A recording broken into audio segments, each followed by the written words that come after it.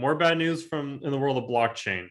If you have been keeping an eye out, you might have heard a little bit about a company called Trail of Bits.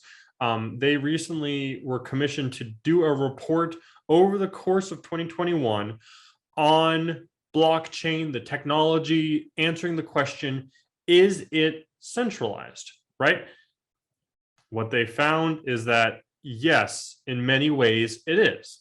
That's what I'm going to be focusing on today's episode of the BB&J podcast. I'm your host, John Lind, and this episode does get pretty technical. So I made sure to include the actual report in the show notes. So you'll be able to go through, give it a read. If you want to learn a little bit more about this technology and the specific ways that they came to their conclusions, and just get the real expert's opinion, right? So on that note, let's get started.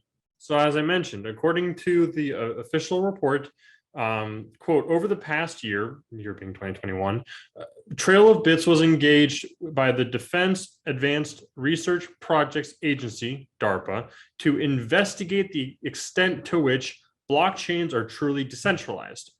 This agency or this organization found that, quote, immutability can be broken not by exploiting cryptographic vulnerabilities, but instead by subverting the properties of a blockchain's implementations, networking, and consensus protocol.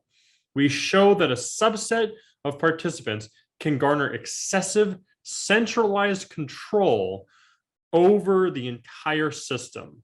Now, there were several findings of this today, but I'm going to go over some of the four key ones. The first one is every widely used blockchain has a privileged set of entities that can modify the semantics of the blockchain to potentially change past transactions. What are these entities? Firstly, whoever's running that, whatever blockchain, the given blockchain. So, crypto, Ethereum, Bitcoin, all that, they are often run on specific blockchains. You hear the term blockchain, but there are specific ones that are made by specific people, right? This stuff has, the theoretical terms, but they have actual softwares that back it. And the creators of those softwares usually have a way to change it, right? So because especially early on when they're developing it, they need to be able to go in and do that for testing, right? But those issues still, those vulnerabilities still exist. The creator of many of these blockchain softwares can go in and change, the supposed immutable data. The other thing is a lot of times this information is being run through networks, right? So it'll be run through governments, it'll be run through internet service providers, right? And they can potentially change it as it goes through them. Now, the biggest issue with this is that the number of entities sufficient to disrupt these blockchains is very low, like astonishingly low. For Bitcoin specifically, four specific entities could just completely disrupt Bitcoin, potentially crash that specific market, and a lot of people would be out a lot of money, right? A lot of Bitcoin investors. For Ethereum, it's two, and these are two, I think, of the best known, most popular cryptocurrencies, but there's tons of others that have a wide variety of, how many people or how many entities does it take to disrupt this network? 2 is very low. 4 is very low. These are genuinely dangerous numbers. All it takes is, a 1 or 2 coordinated attacks to really rip through the system. The third finding was Bitcoin traffic is unencrypted. Any third party on the network route between nodes, ergo ISPs, Wi-Fi access point operators, or governments can observe and choose to drop any messages they wish. That's what I was talking about before, right? That issue of a few of these organizations can do some major damage. The last thing is a dense, possibly non-scale free sub-network of Bitcoin nodes appears to be largely responsible for reaching consensus and communicating with miners.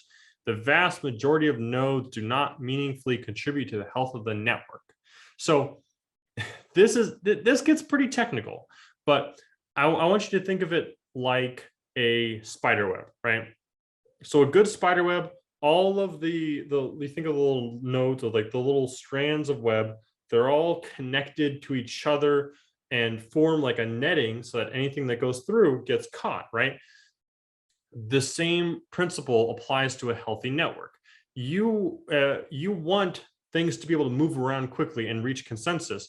And what they do is they scale-free networks. That is a certain concept where priority of new nodes coming in is to get as close to these hubs as they possibly can. By doing so, you have a lot more communication, right? You have a lot more things being caught, and ultimately you have a lot safer of a system. The issue is with a lot of these blockchains, you have, you think of like the dense spider web versus like a very sparse spider web. So it's big, there's a lot of strands kind of going off, and the clustering is a lot weaker. So the ability for the nodes of a network or a subnetwork to communicate are very much more limited to these localized clusters compared to a big old, interwoven web where a lot of things are communicating with each other a lot, right? You have something coming all the way over here to there, it's going to take a lot longer than these little hubs. So the issue with these subnetworks is they become they become a central target, right? They become a place where most of the decisions are being made, or these consensus. So if something's wrong with that, it doesn't matter. All of these scattered, nodes distant on the network, they're largely unaffected because they can only do so much because of these issues with subnetworks.